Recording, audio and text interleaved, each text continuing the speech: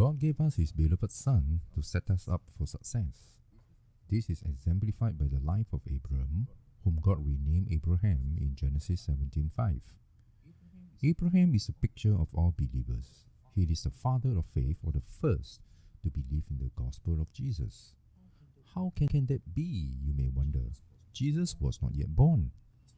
As recorded in Romans 1 verses 1 to 3, the gospel of good news is regarding the Son of God, whom God raised from the dead. It is evident from 1 Corinthians 15 verses 14 to 17 that the resurrection of Christ is the crux of the gospel. It is categorically stated in Galatians 3:8 that God announced the gospel in advance to Abraham. Jesus himself said in John 8:36 that Abraham saw his day and was glad. It was a reference to having a view or distinct conception of the day of salvation that would be wrought by Jesus Christ and Him crucified. Now the million-dollar question. When did God announce the gospel to Abraham? The clue is found in Genesis 15 verses 5 to 6.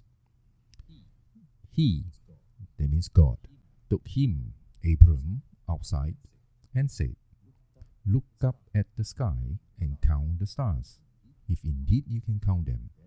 Then he said to him, "So shall your offspring be." Abram believed the Lord, and He credited it to him as righteousness.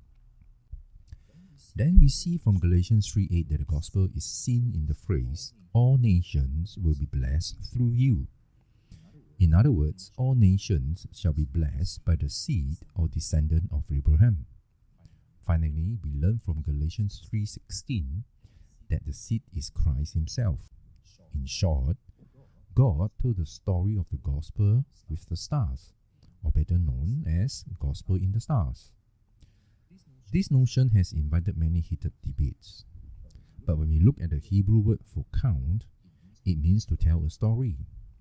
It is derived from the Hebrew noun for a book or scroll. Hence, it is only after Abram read the story that was in the book of the stars that he believed in the gospel of Jesus, the Lord Yahweh.